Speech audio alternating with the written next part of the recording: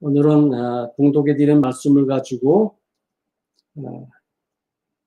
이방인의 구원이라고 하는 제목으로 말씀을 나누려고 합니다.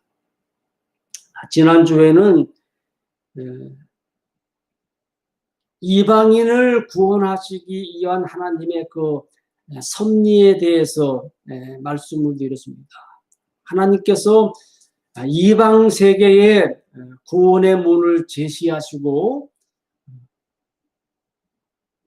이방인들을 구원하실 그 계획에 대해서 하나님이 어떠한 섭리를 가지셨는가에 대해서 함께 말씀을 나누면서 은혜를 받았습니다. 참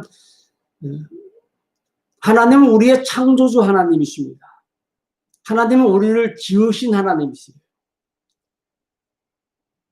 우리를 지으신 창조주 하나님에 대해서 우리는 그분의 그 절대 권에 대해서 우리가 뭐라고 말할 수가 없습니다. 판단할 수도 없습니다. 비판할 수가 없습니다. 이렇다 저렇다 우리가 할 수가 없습니다. 모든 권한은 우리를 지으신 창조주 하나님께 있기 때문에 우리는 하나님에 대해서 뭐라 할 수가 없는 거예요. 모든 주권과 모든 권한은 하나님께서 쥐고 계시고 하나님께 있기 때문에 하나님은 당신이 지으신 것에 대해서 굳게 세우실 수도 있고 또 뿌리를 뽑으실 수 있는 그 권한이 하나님께 있다는 거예요. 그래서 예레미야서 18장에서 하나님께서 예레미야에게 토기장이의 집에 내려가서 그 하는 일을 봐라라고 말씀하셨습니다. 그래서 예레미야가 토기장이의 집에 내려가니까 토기장이의 손에 한 질그릇이 잡혀 있는데 그것을 관찰하면서 그냥 내려 던져서 깨트리고 산산한 조각을 만들어 버렸습니다. 그런 모습을 바라보는 예레미야 선지자에게 하나님께서 하시는 말씀이 토기장이에게 권한이 없겠느냐? 자신이 만든 그릇에 대해서 권한이 없겠느냐? 자신이 만든 그릇이 마음에 흡족하면은 원하는 대로 그릇이 나왔다라고 하면 그 그릇을 얼마나 귀하게 보존을 하겠습니까? 그런데 보니까 마음에 흡족하지 않는 거예요. 계획한 대로 나오지 않은 거예요.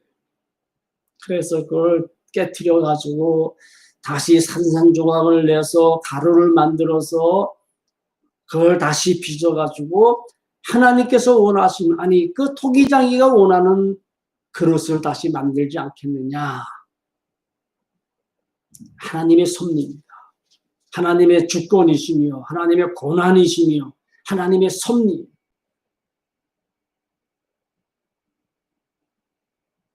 모든 비유가 사실 이스라엘에게 대한 것들이죠. 이스라엘을 놓고선 지금 비유하시는 것입니다.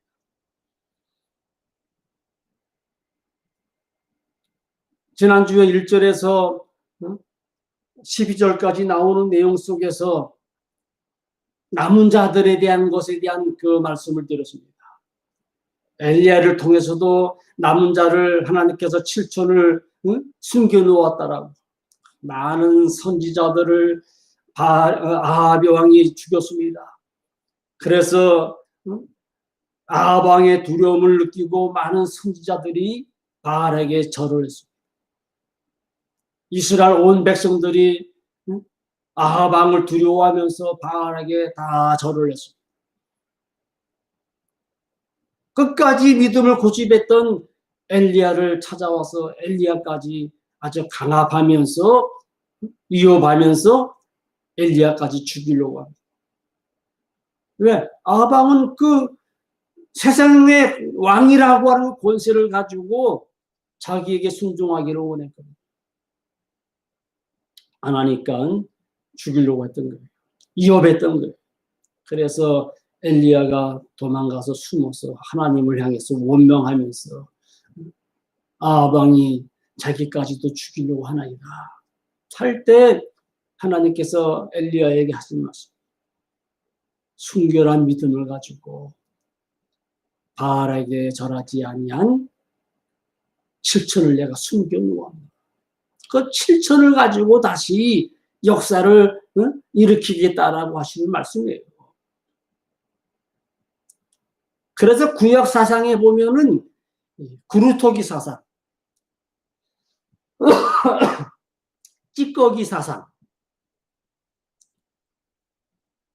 왜 하나님께서 구루토기 사상을 또 찌꺼기 사상을 교훈하고 있는가 하면은 그 구루토기를 통해서 남은 자들을 통해서 새 역사를, 새 이스라엘을 일으키겠다라고 하시는 말씀이에요. 오늘 하나님께서 사실 신약으로 넘어오면서부터 우리 이방 세계에 복음이 들어오면서부터 우리가 느끼기에는 하나님께서 이스라엘을 완전히 버리셨다라고 우리가 생각할 수가 있겠죠. 근데 그것은 절대 아닙니다. 절대 아니에요. 물론 하나님은 지금 이스라엘 민족을 뒷전에 두시고 이방 세계를 향해서 복음의 문을 여셔서 그 이방인들이 이방 세계가 복음을 받아들임으로 말미암아 구원의 반열에 우리가 서게 되었지만 오늘 저와 여러분들 또한 구원받은 하나님의 자녀가 되었지만 하나님의 중심은 핵심은 사실 우리에게 있는 것이 아니에요. 그렇다고 우리 또한 무시하시는 하나님이 아니라 우리는 사실 가지에 지나지 않습니다. 뿌리에서 올라온 가지에 지나지 않아요. 원뿌리가 누구냐? 원뿌리는 누구냐? 바로 이스라엘 민족입니다. 이제 다음 주에 나오는 내용입니다만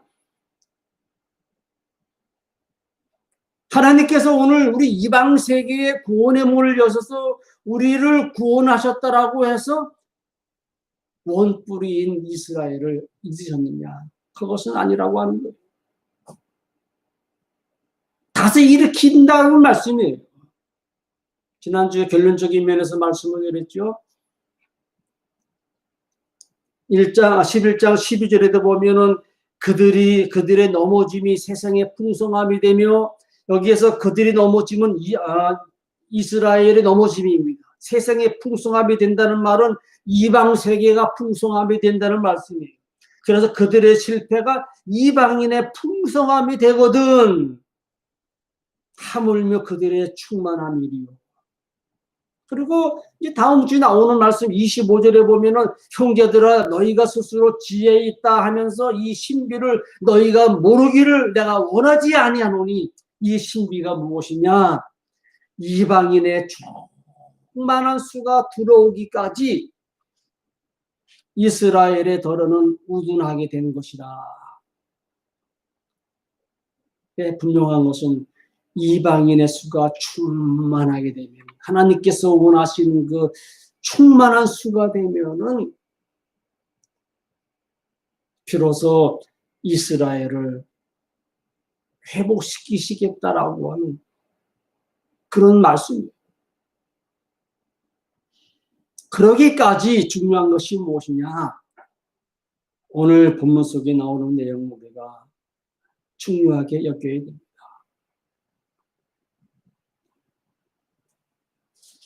이방인 이스라엘을 대신해서 이방인인 오늘 저와 여러분들을 구원하셨는데 이방인들을 구원하셨는데 그럼 구원받은 우리 이방인들 어떤 삶을 살아가야 하느냐? 구원받은 이방인들의 삶의 중요성을 오늘 본문은 우리에게 말씀합니다.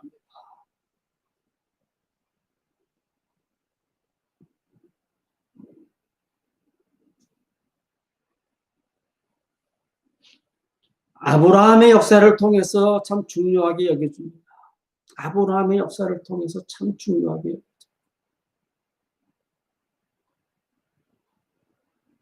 아브라함이 99세가 되기까지 무자하지 않았습니까? 근데 하나님은 자꾸 아브라함에게 찾아오셔서 너를 창대케 하실 거라, 너를 창대케 할 거라고 약속을 자꾸 하시는 거거든요. 말씀하시거든요. 근데 99세가 되기까지 사라가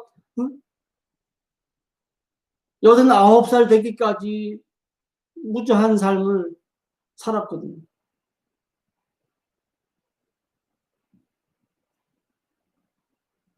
그래서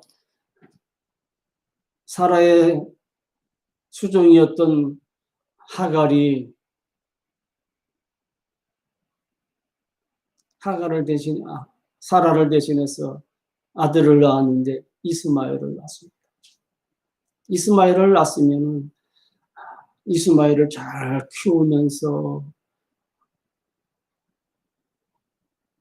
더 자신에게 그런 기회를 준 거, 이스마엘을 낳게 한 그 기회를 준 거 감사하고 고마우면서 은혜를 생각하면서 더 주인에 대해서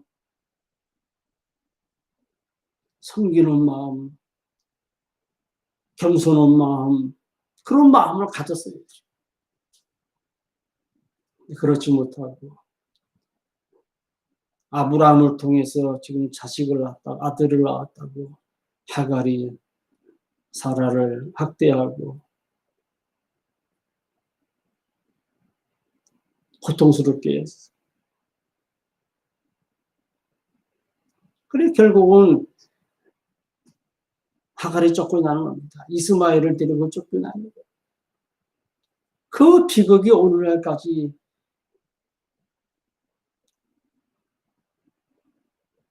서로 원수처럼 지내지 않는 거예요. 원수처럼 여기면서 지내오고 있는 거예요. 안타깝죠.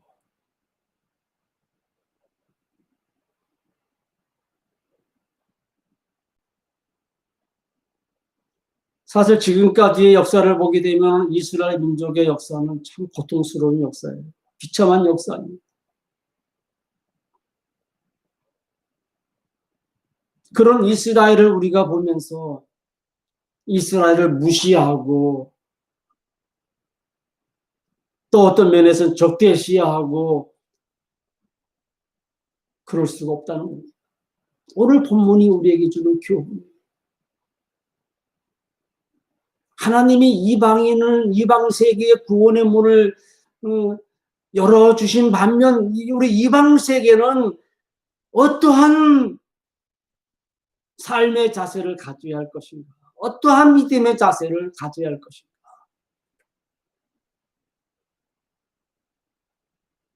뭐라고 말씀을 하고 있죠? 사실 오늘 이방인의 구원을 통해서 하나님이 제시하시고 싶은 그 섭리는 하나님의 섭리는 무엇이냐? 하나님의 그 섭리는 무엇인가? 이스라엘을 회복시키시기 위한 섭리예요. 이스라엘을 회복시키시기 위한 섭리예요.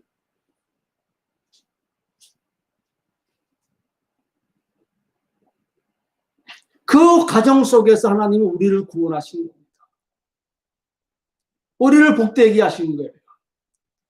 그래서 우리는 감사해야죠.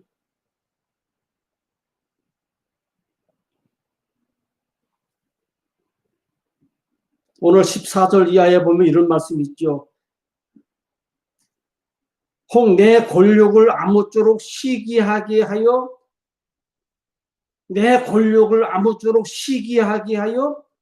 그들 중에서 얼마를 구원하려 함이라. 이방인을 구원시키면서 정말 이스라엘을 제쳐놓고 이방인들을 선택하시면서 이방인을 아주 귀하게 여기시는 그 모습이 이스라엘이 보기에는 어떻게 되겠습니까? 시기하겠죠. 시기하면서 그들 중에 혹은 왜 자기들이 그러한 상황 속에 지금 놓여져 있는가를 돌아보면서 깨달으면서 전적으로 우리에게 잘못이 있구나. 만을 회개하면서 돌아온다라고 하면 사도 바울이 제시하는 바가 그거예요. 자기 권력들에게 이방인들에게 자기 자신이 이방인들에게 복음을 전하고 이방인들을 구원하기에 앞장서면서 막 힘쓰는 그 모습을 자기 권력들이 보면서 시기하게 되고 시기하면서까지 무엇이 원인인가 무엇이 문제인가를 스스로 깨달으면서 회개하고 돌아오기를 원하는 그 목적이 있음을 오늘 사도 바울이 우리에게 밝혀주고 있습니다. 여기 하나님의 뜻이 계신 거예요.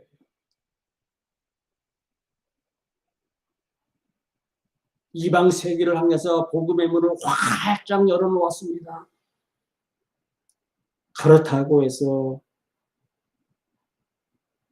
원줄기인 원뿌리는 이스라엘을 지금 잊고 계시느냐?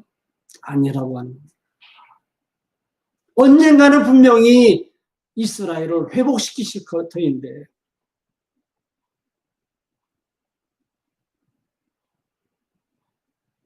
우리는 그때까지 어떠한 삶이 우리에게 필요한가? 오늘 본문은 우리에게 교훈을 주고 있는 거예요. 20절에서 이런 말씀이 있죠. 보면 옳도다 그들은 믿지 아니함으로 꺾이고 너는 믿음으로 섰느니라.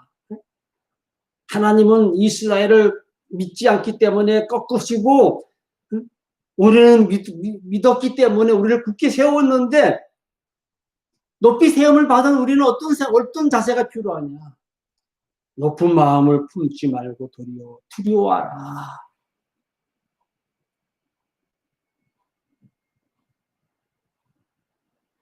하나님은 이방 세계에 구원의 길을 열어주시고 구원받을 수 있는 기회를 많이 주셔서 우리가 구원받았습니다. 그러면은 우리가 감사하고 이것이 하나님의 큰 은혜입니다. 자격 없는 나를 선택해 주셔서 구원해 주셔서 하나님의 거룩한 자녀로 삼아 주신 것 감사합니다 하면서 겸손하고 겸손하고 낮은 마음을 가지고 우리가 섬기면서 삶을 살아가야 되겠죠.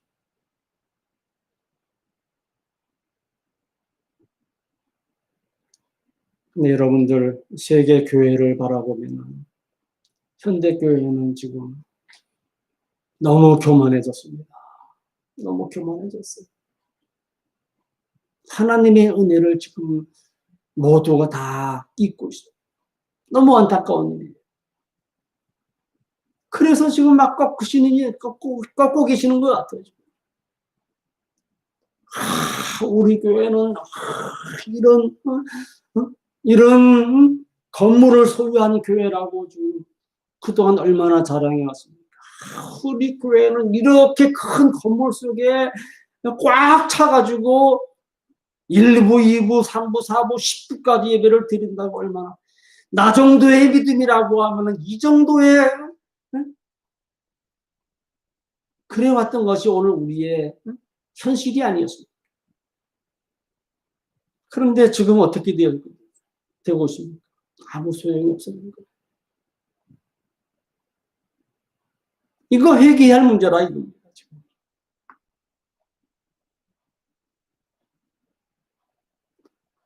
세계 교회는 너무나 지금 바벨탑을 쌓아왔어.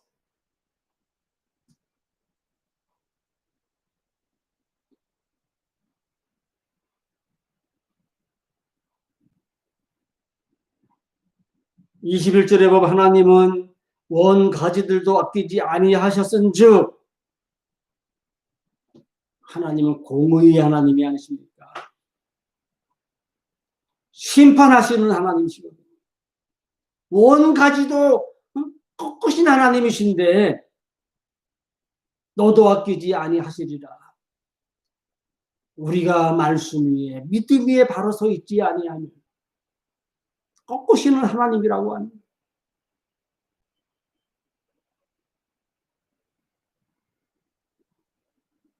지금 막 꺾고 계시는 하나님이죠.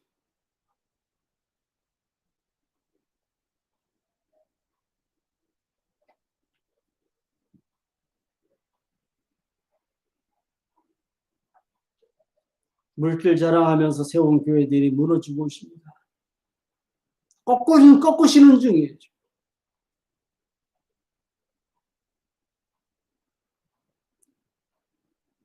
그래서 22절에 보면 그러므로 하나님의 인자하심과 준엄하심을 보라.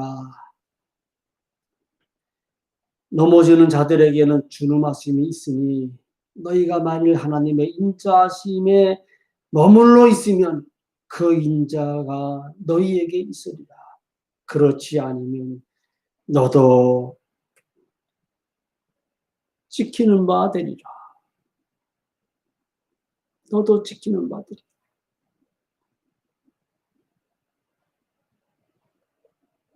그래서 우리가 하나님 말씀 듣기를 사모하고 하나님 말씀 준행하기를 힘쓰는 삶이 얼마나 소중한가를 보여주고 있는 겁니다.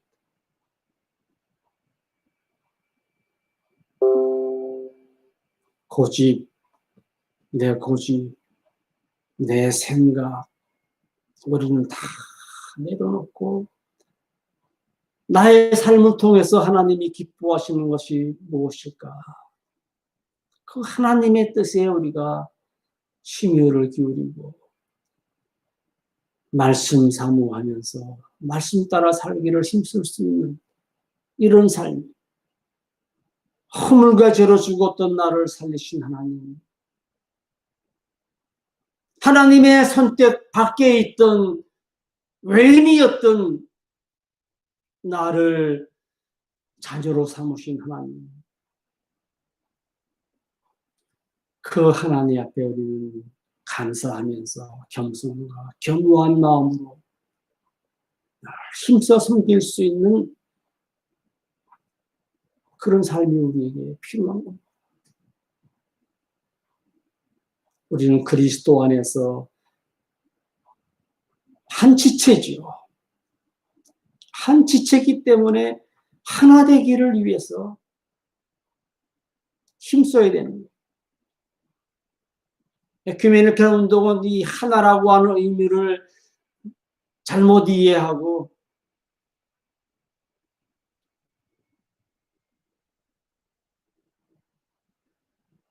혼란스럽게 하고 있습니다. 우리는 이미 하나예요. 예수 그리스도를 나의 주라고 고백한다라고 하면은 우리는 하나예요.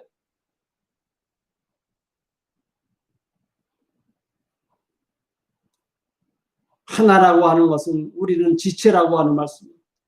지체이기 때문에 서로 존중하게 여겨주고 서로 아껴주고 서로 세워주고 믿음도 하나 되기를 힘쓰고 마음도 하나가 되고 모든 면에서 하나가 되고 그 이 하나가 종교다원주의가 아니라는 거예요. 물과 피가 섞일 수 없는 것처럼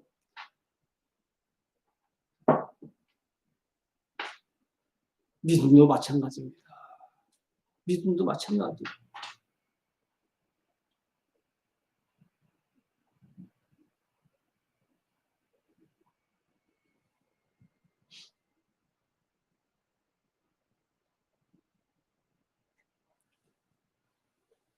그래서 오늘 본문 속에서 우리에게 주는 교훈은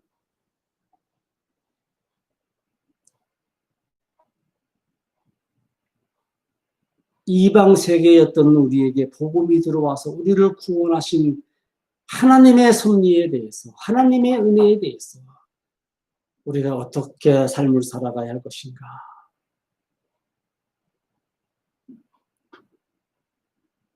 하나님의 선택 밖에 있던 나를, 하나님의 구원 밖에 있던 나를 구원해 주시고 선택 안으로 불러주신 것을 감사하면서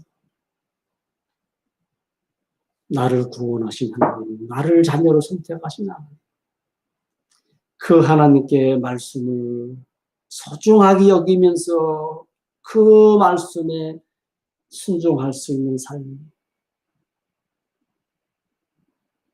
나 이제 하나님의 거룩한 자녀가 되었다 하면서 어깨를 펼치고 그냥 활기치며 다니면서 그런 삶이 아니라 더 낮추고 더 겸손한 모습 속에서 서로 사랑하면서 감사 주면서 하나님 사랑 안에서 우리가 하나 되기를 힘쓰고 하나님의 영광을 위해서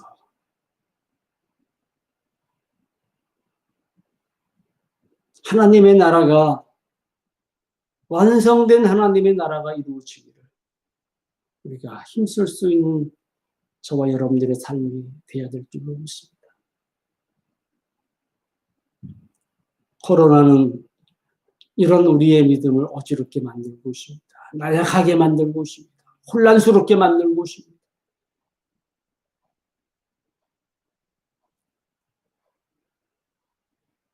많은 사람들은 이 믿음의 자리에서 떠나게 했습니다.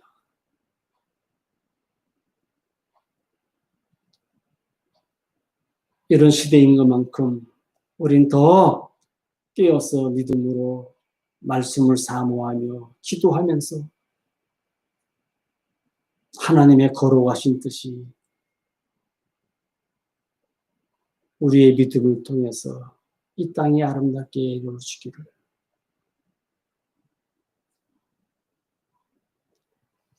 많은 입양 세계가 죽게 돌아왔어. 충만한 수가 채워주는 그날이 속히 오기를 우리가 기대하면서 그 과정 속에서 하나님이 이스라엘도 회복시키셔서 다 함께 하나님의 영광을 찬양하며 경배하는 그날이 속히 오기를 우리가 속히 고대할 수 있는 그런 믿음이 저와 여러분들이 되기를 간절히 바랍니다.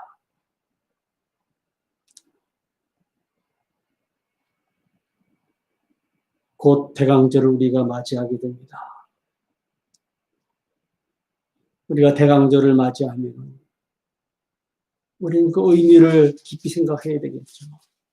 왜 하나님의 본체이신 하나님 예수 그리스도께서 인간의 몸을 입고 이 땅에 오셨는지 그 의미를 우리가 깊이 되새기면서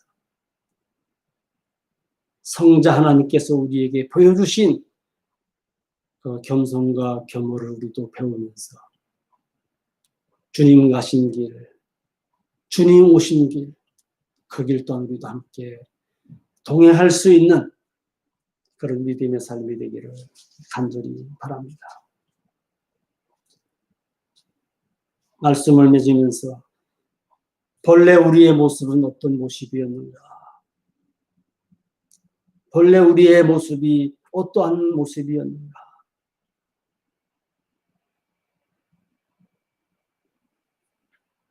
우리는 하나님의 구원 밖에 있었습니다. 하나님의 선택 밖에 있었던 자들입니다. 그런데 이스라엘을 대신해서 우리를 구원하셨고 선택하셔서 하나님의 자녀의 반열에 서게 하셨습니다.